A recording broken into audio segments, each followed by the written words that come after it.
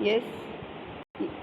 Firstly, we did the topic the need to improve agriculture, means agriculture में improvement, जो कि Britishers ने कहा था जमींदारों को कि वो रेंट कलेक्ट करेंगे और एज वेल एज इम्प्रूवमेंट करनी है एग्रीकल्चर में। और एग्रीकल्चर इम्प्रूवमेंट के लिए उन्होंने परमानेंट सेटलमेंट सिस्टम बनाया था, जिसमें कि रेंट कलेक्ट करने का काम राजा और ताल्लुकदार, जो कि जमींदार की फॉर्म में अपॉइंट होते थे, और वो कलेक्ट करते थे और वो कंपनी को पे करते थे। ठीक है, वो रेवेन्यू फिक्स होता था, वो जो रेंट का अमाउंट था वो फिक्स होता था, उसको फ्यूचर में बढ़ाने का कोई भी ऐसा वो नहीं था। और उसके बाद ये भी ब्रिटिशर्स को ने जो है ज़मींदारों को कहा कि उनको अगर रेवेन्यू का फ़्लो रेगुलर रखना है तो उसके लिए ज़मींदारों को उन्होंने इसके लिए भी इनकरेज किया कि वो लैंड की इम्प्रूवमेंट के लिए लैंड में इन्वेस्टमेंट करें।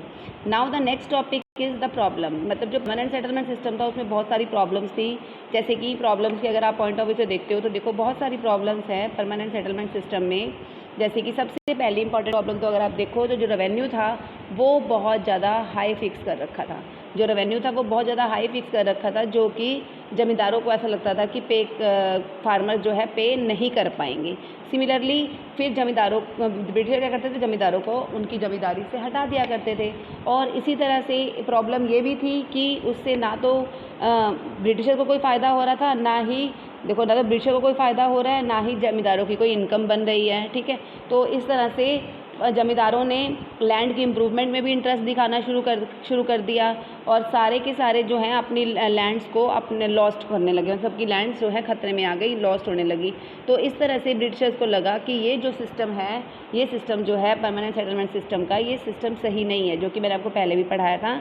तो उन्होंने उसके बाद क्या स्टार्ट किया, उन्होंने उसके बाद इस सिस्टम को क्या किया, इस सिस्टम को हटा के एक नया सिस्टम डिवाइस किया था। ठीक है, now we will start the topic a new system is devised. देखो a new system is devised क्या है, देखो उससे पहले ये भी आपके पास प्रॉब्लम में एक पॉइंट और भी दे रखा है। जैसे कि जो ब्रिटिशर्स ने पॉलिसी स्टार्ट की थी वो पॉलिसी बहुत ज़्यादा ऑप्रेसिव थी। किस चीज़ की पॉलिसी, परमानेंट सेटलमेंट सिस्टम, जिसके अंदर वो रेवेन्यू लेते थे। ये पहले ही बता दिया क्योंकि रेवेन्यू का अमाउंट इतना हाई होता था कि विलेजर्स पे नहीं कर पाते थे, तो इसलिए विलेजर्स के पॉइंट ऑफ व्यू से ये पॉलिसी बहुत ही ऑप्रेसिव का मतलब जो कि उनके ऊपर एक्सप्लॉइट करती है उनको। ठीक है, तो उसके बाद उसके लिए उनको कई बार तो लोन तक लेना पड़ता था, सिर्फ ब्रिटिशर्स को रेवेन्यू पे करने के लिए उनको लोन तक लेना पड़ जाता था। तो इस तरह से ब्रिटिशर्स को लगा कि ये पॉलिसी सक्सेसफुल नहीं है, इसका zamindar as well as peasant as well as Britisher किसी को भी फ़ायदा नहीं हो रहा था। हालांकि वो तो अपना ही फ़ायदा देखते हैं। तो उन्होंने एक नया सिस्टम डिवाइस किया, that new system which was the new system, अब हम वो पढ़ेंगे। देखो इसके लिए उनको ये भी लगा कि जो उन्होंने रेवेन्यू प्रॉब्लम्स में ये पॉइंट भी आ जाएगा कि जो उन्होंने रेवेन्यू फिक्स किया था वो तो परमानेंट था। ठीक है, लेकिन जो उनके खर्चे हैं वो बढ़ते जा रहे हैं, तो उस परमानेंट इनकम से खर्चे तो पूरे नहीं हो सकते। तो उन्होंने एक नया सिस्टम डिवाइस किया। वो नया सिस्टम क्या था, that was called the Mahalwari system. ठीक है, वो उन्होंने कौन सा सिस्टम स्टार्ट किया, that system was called the Mahalwari system. अब हम इस सिस्टम के बारे में अगर पढ़ते हैं तो देखो ये सिस्टम स्टार्ट किसने किया, ये सिस्टम हॉल्ट मैकेंजी ने 1822 में स्टार्ट किया। सबसे पहले हमने पढ़ा था परमानेंट सेटलमेंट सिस्टम, जिसको हम जमींदारी सिस्टम भी बोलते हैं, वो हमारा कब शुरू हुआ था, 1793 में, और उसको किसने शुरू किया था, चार्ल्स कॉर्नवालिस ने। और सिमिलरली जो ये सिस्टम है महलवाड़ी सिस्टम, इसको किसने शुरू किया, हॉल्ट मैकेंजी ने 1822 में।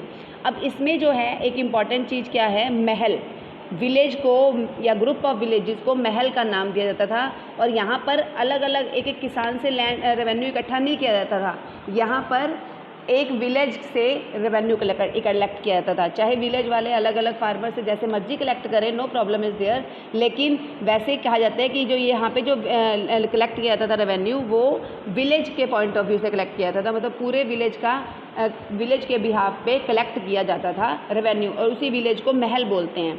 एक कलेक्टर होता था इसके अंदर, जो कलेक्टर था उसका क्या काम होता था, उसको क्या करना होता था, उसको सारी की सारी लैंड को इंस्पेक्ट करना होता था, मेज़र करना होता था, और सारा रिकॉर्ड रखना होता था, और उसके बाद फिर वो टोटल एस्टिमेशन निकालता था कि एक विलेज से टोटल कितना रेवेन्यू कलेक्ट होगा। सिमिलरली मान लो एक विलेज मतलब एक महल है और 4 महल हैं, तो उनसे टोटल कितना रेवेन्यू कलेक्ट हुआ, ये सारी जो कलेक्शन थी ये जो सारा काम था ये कलेक्टर करता था, क्लियर। और इसको धीरे पेरियोडिकली रिवाइज भी करते थे, मतलब कि अगर किसी के पास लैंड ज़्यादा हो गई है तो उससे लैंड का के ऊपर रेवेन्यू भी बढ़ा देना है, वो इन चीज़ों का भी, या किसी के पास कम हो गए तो लैंड रेवेन्यू को कम भी कर देते थे, इस चीज़ का भी वो पेरियोडिकली रिवीजन करते रहते थे। तो लेकिन मतलब मेन मोटिव क्या है, परमानेंट सेटलमेंट से डिफरेंट कैसे है कि यहाँ पर जो रेवेन्यू है वो परमानेंट फिक्स नहीं था, वो चेंज होता रहता था, ठीक है ना।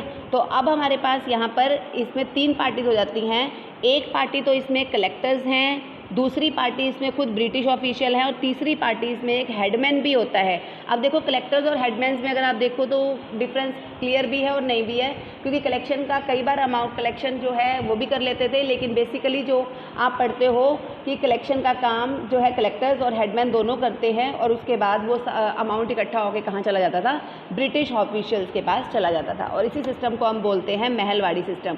अब आपके पास एक इंपॉर्टेंट चीज़ मैं ये बता दूँ कि अगर आपके पास पेपर में आता है ना कलेक्शन कौन करता है, तो ज़्यादा कलेक्शन के लिए आप हेडमैन का यूज़ करना, क्योंकि कलेक्टर्स का बहुत सारा काम हो जाता है। हालांकि कलेक्टर्स भी पेमेंट करते हैं, अगर आप एमसीक्यू की फॉर्म में आता है तो आपको कलेक्टर्स ही लिखने हैं, सॉरी हेडमैन्स लिखना, जो कि कलेक्शन करते हैं, ब्रिटिश ऑफिशियल को देखते हैं और बाद में वही सारा उसका हिसाब किताब अपने पास रखते हैं, किस तरह से मतलब ब्रिटिश ऑफिशियल ने अपने खर्चे करने हैं, उस चीज़ का वो ध्यान देते हैं। This is called the Mahalwari system. एक बार दोबारा समझा देती हूँ। ये सिस्टम हॉल्ट मैकेंजी ने 1822 में स्टार्ट किया, जिसके अकॉर्डिंग उन्होंने ब्रिटिश ऑफिशियल्स ने एक हेडमैन और एक कलेक्टर को अपॉइंट किया। कलेक्टर क्या करता था, सारी अलग अलग महलों में जाता था, महल मतलब विलेजेस में जाता था, वहाँ की सारी अलग अलग किसानों की लैंड्स को इंस्पेक्ट करता था, ठीक है, और उसके बाद उनके फील्ड्स को मेज़र करता था, और सिमिलरली और टोटल रेवेन्यू हर महल का और उसके बाद सारे महलों का मिला के टोटल एस्टिमेट रेवेन्यू वो कैलकुलेट करता था, एज वेल एज वो कलेक्शन भी करता था रेवेन्यूज़ की।